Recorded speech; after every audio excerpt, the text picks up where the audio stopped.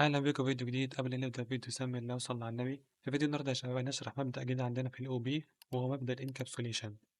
فطبعا في الفيديو دوت نفهم الفكرة الرئيسية منه وبنستخدمه في إيه وتأثيره عندنا في الكود. ففيديو النهاردة يكون بسيط إن شاء الله، عايزك بس أنت تركز معايا. فتعالى أقول لك بقى الفكرة الرئيسية منه. فالفكرة الرئيسية منه يا شباب، لو أنت مثلا عندك مجموعة بيانات والبيانات ديت أنت عايزينها تحموها من أي حد يعرف يوصل لها. يعني مثلا كان عندنا البيانات ديت اللي هي البراند والسبيد، مش عايزين نسمح لحد إنه يوصل لها. فاحنا بنستخدم مبدأ انكابسوليشن علشان نحمي البيانات ديت من إن حد يعرف يوصل لها. وحتى لو أنت اديته الإمكانية إن هو يوصل للبيانات ديت، فأنت بتعمل كنترول على البيانات ديت. فمثلا يعني أنت هتعمل مجموع أرقام ما بين 1 و5. لو اليوزر دخل قيمة أكبر من 5، فأنت هتقول له ما ينفعش إن أنت تدخل القيمة دي. طب لو دخل قيمة أقل من 1، ما ينفعش إن أنت تدخل القيمة دي. ولو دخل بقى قيم ما بين 1 و5، فأنت هتطبع له الناتج بتاعه. فإحنا يا شباب بنستخدم مبدأ الانكابسوليشن علشان نحمي البيانات بتاعتنا إن حد يعرف يوصل لها. وحتى لو أنت سمحت له إنه يوصل لها، فأنت بتعمل إيه؟ بتعمل كنترول على الناتج اللي هيطلع. فتعالى بقى نطبق مبدأ الانكابسوليشن على المثال دوت قبل ما احنا نستخدمها وبعد ما احنا نستخدمها، عشان الفكرة توضح معاك بشكل أحسن.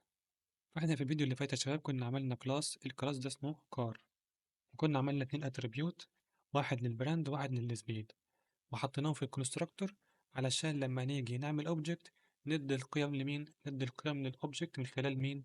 من خلال الكونستراكتور. فاحنا لما احنا عملنا اوبجكت حاطين القيم في الكونستراكتور اللي هي البي ام دبليو. البي ام دبليو بتمثل لي الاتريبيوت بتاع مين؟ بتمثل لي اتريبيوت البراند. وعملنا 100 ودي بتمثل لي اتريبيوت السبيد. فلما جينا عملنا رن كده طلع معانا ناتج 100. ليه طلع معانا ناتج 100؟ لان احنا طبعنا مين؟ طبعنا السبيد بتاعه الماي كار الاوبجكت بتاعنا يعني. فتعالى مثلا اقول لك انا عايز يكون كل العربيات اللي اجي استدعيها من الكلاس اللي اسمه كار تكون سرعتها مثلا 500. وانا مش عايز اليوزر يكون عنده امكانيه ان هو يغير في القيمه ديت. فانا عشان اعمل كده هعمل ايه؟ اول حاجه هعملها، هدي قيمه ثابته، قيمه ديفولت يعني، للاتريبيوت بتاع السبيد، اخليه بيساوي كام؟ بيساوي 500. وطبعا هشيل علامه الاستفهام ديت علشان عايز تكون قيمه ثابته، مش عايز اليوزر يكون عنده امكانيه انه يوصل لها.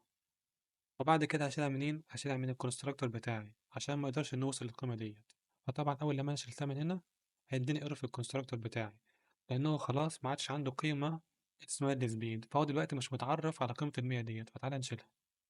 ولو جيت سألتك دلوقتي سؤال قلت لك هل اليوزر عنده إمكانية إن هو يوصل للأتريبيوت بتاع السبيد؟ هرد عليك وأقول لك آه عنده إمكانية يعمل كده، عن طريق إن هو يروح الأوبجكت بتاع ماي كار دوت السبيد، وهو يحط بقى القيمة اللي هو عايزها، يحط مثلا 1000. وانا قلت لك في المثال بتاعي انا مش عايز اليوزر يكون عنده الامكانيه انه يوصل للاتريبيوت بتاع السبيد، لان انا عايز كل العربيات هتكون سرعتها كام؟ 500. فهنا مثلا يوزر ما كانش عارف الحوار دوت، راح على الاتريبيوت بتاع السبيد وحط فيه كام؟ حط فيه 1000. فلما نيجي نعمل رن هتلاحظ انه طبع لي قيمه 1000. طب ليه عمل كده؟ لان انا حطيت قيمه ديفولت، والقيمه ديت لو اليوزر ما ادهانيش فهي هتساوي كام؟ هتساوي 500. طب لو هو ادهاني، لو هو اداني خلاص هحط القيمة اللي اليوزر ادهاني، فهو يطبع لي كام؟ هيطبع لي 1000. فأنا برضو كده عشان ما حلتش المشكلة ديت، أنا عايز اليوزر ما يعرفش يوصل أصلا للأتريبيوت بتاع السبيد ويحط القيمة اللي هو عايزها. طب أنا أعمل كده بقى إزاي؟ علشان نعمل كده يا شباب هنستخدم بقى مبدأ الانكابسوليشن. مبدأ الانكابسوليشن هو اللي يسمح لي إن اليوزر ما يعرفش يوصل للأتريبيوت بتاع السبيد أصلا. فأنا عشان أعمل كده هروح على الأتريبيوت بتاعي اللي أنا عايزه يكون انكابسوليت يعني، هروح قبل كده احط علامة اندرسكول. اول لما انا اعمل كده خليت الاتريبيوت دوت برايفت، يعني محدش يعرف يوصل له. طيب ممكن الواحد يجي يسألني سؤال يقول لي هو انا اعرف اوصل له فين عندي في الكود؟ هقول لك من خلال الكلاس بتاعك، بس انت بيكون عندك الامكانية ان انت توصل للاتريبيوت بتاع السبيت دوت من خلال الكلاس، يعني بره الكلاس مش هتعرف توصل له. وتعالى اقول لك على حاجة كده جانبية، انت عندك مبدأ الانكابسوليشن دوت في جميع اللغات، بس المهم يكون اللغة دي بتدعم مين؟ بتدعم مبدأ الاو بي. فكل لغة عن التانية بتختلف من حيث ان انت بتعرف توصل للاتريبيوت دوت ولا لا. يعني مثلا ممكن تلاقي لغة ان انت بتعرف توصل للاتريبيوت بتاع السبيد من خلال الكلاس اللي اسمه كار بس. يعني لو انت طلعت بره الكلاس اللي اسمه كار وجيت ان انت تستدعي اتريبيوت السبيد مش هتعرف تعمل كده. انما احنا عندنا في دارت بنعرف نوصل للاتريبيوت بتاع السبيد من خلال الفايل. يعني دلوقتي انا رحت شلت ديت كده، كتبت ماي كار دوت السبيد هتلاقيها ظاهرة عندي، وأقدر برضه إن أنا أديلها القيمة اللي أنا عايزها. فإحنا يا شباب عندنا في دارت بنعرف نوصل للأتريبيوت بتاع السبيد من خلال الفايل اللي أنت واقف عليه. فطول ما الفايل اللي أنت واقف عليه فيه الأتريبيوت بتاع السبيد، فأنت في أي مكان في الفايل دوت هتعرف توصل ليه. وطبعا زي ما قلت لك دي بتختلف من لغة للغة، يعني في لغة تانية ممكن ما تعرفش توصل للأتريبيوت دوت بره الكلاس حتى لو أنت كنت في نفس الفايل. فتعالى ناخد دي كده كات ونعمل فايل تاني. فأنا كده عشان عملت فايل تاني اسمه encapsulation.dart، وفي الفايل دوت هحط الكلاس بتاعي بتاع الكار. فكل اللي أنا عملته إن أنا عملت فايل اسمه encapsulation.dart وحطيت فيه الكلاس بتاعي اللي اسمه كار، والكلاس دوت كان فيه اتنين اتريبيوت، واحد براند، والبراند ده خليته إن هو متغير علشان كل يوزر هيكون عنده براند مختلف عن التاني. عملت اتريبيوت تاني خليته برايفت محدش يعرف يوصل ليه. فأنا دلوقتي بقى يا شباب لما أروح في الفايل دوت، تعالى بس كده نعمل امبورت للفايل. عشان تعمل امبورت للفايل هتروح على الكلاس بتاعك اللي اسمه كار، تعمل كنترول دوت، هيظهر معاك أول حاجة import library encapsulation للدارت، ده الفايل اللي أنت بتعمله يعني. هنعمل انتر هيطلع معانا. فزي ما انت شايف لما أنا عملت امبورت للفايل الايرور اللي عندي هنا راح، بس الايرور بتاع الاتريبيوت السبيد لسه موجود. ليه لسه موجود؟ لأن أنا خلاص الاتريبيوت دوت بقى برايفت، مش هعرف أوصل له.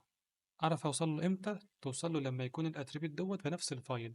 فاحنا غيرنا الكلاس بتاع الكار حطيناه في فايل تاني، حطيناه هنا اهو، وجينا في الفايل بتاع المين استدعينا الفايل دوت. فاقدر بقى ان انا اعمل اي اوبجكت زي ما انا عايز من الكلاس بتاع الكار زي ما احنا عملنا هنا كده.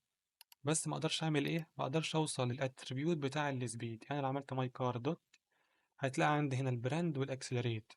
البراند دوت الاتريبيوت اللي كان عندي وانا ما كنتش عامله برايفت وعشان كده ظاهر معايا.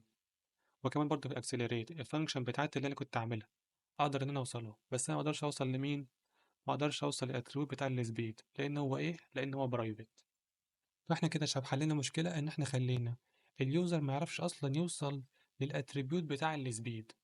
طب افرضوا دلوقتي يا شباب انا كنت عايز اليوزر يوصل للاتريبيوت بتاع السبيد، ولكن لو هو وصل له هنعمل كنترول على القيمه بحيث ان هو ما ينفعش يدخل قيمه اكبر من القيمه اللي انا عايزها او اقل من القيمه اللي انا عايزها. هديله رينج ما بين قيمتين هو بقى براحته يدخل ما بينهم. فانا هعمل كده ازاي؟ اقول لك هنحل المشكله ديت عن طريق ان احنا نعمل فانكشن تانية. من خلال الفانكشن ديت هديله الامكانيه ان هو يوصل للاتريبيوت بتاع السبيد ويديله قيمه. فتعالى مثلا نعمل فانكشن تانية، واقول مثلا void او ميثود يعني عشان احنا في كلاس. اقول مثلا void set value مثلا. من خلال الفانكشن ديت هعمل ايه؟ انا هروح اخد بقى الاتريبيوت بتاع السبيد دوت، هحط عندي كبارامتر هنا كده علشان اخلي اليوزر يعرف يوصل له. وبعد كده بقى هعمل ايه؟ هقول this دوت السبيد بيساوي مين؟ بيساوي السبيد بتاعي. فانا كده خليت لما اليوزر هيجي يستدعي الفانكشن بتاعت set value ديت هيعمل ايه؟ هيديني قيمة الاتريبيوت اللي اسمه سبيد. وبعد كده حطيت السبيد القيمة اللي هي هتجيلي يعني حطيتها في مين؟ في الاتريبيوت بتاع السبيد بتاعي اللي هو الخاص بالكلاس. فانا بقى لما اروح على المين فانكشن نمسح ده كده، هروح اعمل ماي كار، هروح اكتب ماي كار دوت set value. من خلال set value احط ايه؟ هحط قيمة، احط مثلا قيمة 1000. فانا كده يا شباب حليت المشكله ان انا ما كنتش اعرف اوصل للاتريبيوت بتاع اللي اسمه سبيد لانه كان برايفت. فانا حليت المشكله ديت وتخيلت يعني على الكود ان انا عملت ميثود. من خلال الميثود ديت لما اليوزر يستدعيها يحط قيمه مين؟ يحط قيمه السبيد. وتعالى بقى نعمل فانكشن تانية. من خلال الفانكشن دي اقدر ان أنا اعمل برنت للقيمه. كل اللي انا هعمله هعمل فانكشن لها ريتيرن، هقول انت برنت مثلا برنت الفاليو.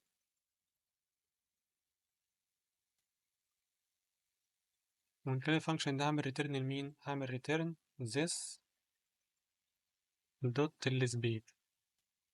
فلما اروح بقى على المين فانكشن هعمل برنت لمين يا شباب؟ لماي كار دوت البرنت بتاعت السبيد، برنت الفاليو. لما اجي بعمل كده رن هتلاقي طبعا قيمة 1000. بس انا برضو كده يا شباب ما عملتش كنترول على القيمة اللي انا عايز اليوزر يدخلها لي. انا كنت عايز اليوزر يدخل قيمة كام؟ يدخل لي قيمة 500. فانا مثلا مش عايز اليوزر يدخل لي قيمة اكبر من 500 او اقل من 100. فانا اعمل كده ازاي؟ اروح على الفانكشن بتاعتي اللي هي فيها السيت فاليو واحطها في ايه؟ احطها في اف كونديشن. فتعالى نعمل كده كنترول شيفت ار، وتعالى نختار اف. وهنا بقى هعمل ايه؟ هعمل السبيد. انت لو كنت اقل من او بيساوي مثلا او بيساوي 500 and السبيد بتاعي كان اكبر من او بيساوي 100، ففي الحالة ديت انا عايز احط القيمة اللي هتجيلي من اليوزر في الاتريبيوت بتاعي اللي اسمه سبيد. فلما اروح بقى على المين فانكشن ودخلت مثلا قيمة 1000 وعملت رن، تعال نشوف يحصل معانا ايه بقى. فزي ما انتم شايفين اداني قيمة 500 اللي هي القيمة الديفولت بتاعتي. طيب حلو، لو مثلا دخلت قيمة ما بين ال100 وال500، دخلت مثلا 300 وجيت عملت رن، تعال نشوف يحصل معانا ايه. فزي ما انتم شايفين عمل لي 300. فانا كده يا شباب عملت كنترول على القيمة اللي اليوزر لما اجي استدعي الاتريبيوت بتاع السبيد دوت، انا هعمل كنترول عليه بحيث ان هو ما يدخلش القيمة اللي انا عايزها. فأنا هنا كنت عايزه يدخل قيمة ما بين ال100 وال500، فعملت إيه؟ رحت عملت فانكشن، من خلال الفانكشن ديت خليت اليوزر يكون عنده الإمكانية إن هو يوصل للأتريبيوت بتاع السبيد لأن هو كان برايفت، وعملت إف كونديشن على القيمة اللي هترجع لي من اليوزر. لو كانت أقل من أو بيساوي 500 and السبيد كانت أكبر من أو 100، يعني أنا خليت القيمة ديت محصورة ما بين 100 و500. ففي الحالة ديت دخل لي القيمة اللي هتجيلي من اليوزر في الأتريبيوت اللي اسمه سبيد. طب لو كانت عكس كده، يعني مثلا كانت أكبر من 500 وأقل من 100، فلو كانت عكس كده خلاص يا عم خد لي القيمة الديفولت اللي أنا حاططها. وعملت كمان فانكشن، من خلال الفانكشن تعمل ريتيرن للقيمة بتاعتي، وجيت هنا عملت برنت الفانكشن بتاعتي اللي بتعمل ريتيرن، فعمل لي إيه؟ طبعا لي الناتج بتاعي. فبس يا شباب ده كده الفكرة في الانكابسوليشن. الفكرة منها لو أنت مثلا عندك اتريبيوت والاتريبيوت ده أنت مش عايز اليوزر يكون عنده الإمكانية إن هو يوصل له، وحتى لو أنت اديت له إمكانية زي ما إحنا عملنا هنا فانكشن خليت اليوزر يعرف إنه يوصل له، بتعمل إيه؟ بنعمل كنترول على القيمة ديت زي ما انتوا شايفين كده. وعملنا كمان فانكشن، من خلال الفانكشن دي نعمل برنت للناتج بتاعنا. فطبعا يا شباب لما انتوا بتيجوا تعملوا اتريبيوت برايفت، فانت أول حاجة بتعملها بتعمل فانكشن، من خلال الفانكشن ديت بتدي إمكانية لليوزر إن هو يعرف يوصل لها، وتعمل كنترول كمان على القيمة ديت. وكمان بعدها على طول تعمل فانكشن، من خلال الفانكشن دي تعمل برنت للناتج بتاعك. يعني ده حاجات أساسية، الفانكشن ده أساسية وده أساسية. أساسيين إمتى؟ أساسيين لما أنت بتعمل اتريبيوت برايفت أو اتريبيوت انكابسوليت يعني. فلما جينا بقى إن إحنا نستدعي الاتريبيوت بتاعي مثلا اللي هو ماي كار دوت السبيد، ما عرفناش إن إحنا نوصل له. عرفنا إن إحنا نوصل له إمتى؟ عرفنا إن إحنا نوصل له من خلال الفانكشن اللي إحنا كتبناها علشان اليوزر يعرف يوصل لها زي ما انتوا شايفين كده. ومن خلال الفانكشن دي عملنا كنترول على الناتج اللي هيرجع لنا. فلما احنا عملنا 300 نفع معانا، ولما كنا دخلنا قيمة أكبر من 500 ما ينفعش معانا. ندخل القيمة مين؟ ندخل القيمة الديفولت بتاعتي، ودي فانكشن بقى اللي تعمل لي برنت للناتج بتاعي. فبس عندنا كان فيديو النهارده. في الفيديو الجاي إن شاء الله هنكمل كلامنا على الانكابسوليشن، وهنشرح حاجة اسمها سيتر وجيتر. بس أنا مش عايز أطول عليكم الفيديو ده يعني، وأنا الفيديو ده شرحت لكم بس المبدأ بتاع الانكابسوليشن وبنستخدمه في إيه وفهمنا الفكرة بتاعته يعني. الفيديو الجاي إن شاء الله هنشرح بقى السيتر والجيتر. فبس كده يكون وصلنا لنهاية الفيديو، أتمنى تكونوا استفدت منه. مع السلامة.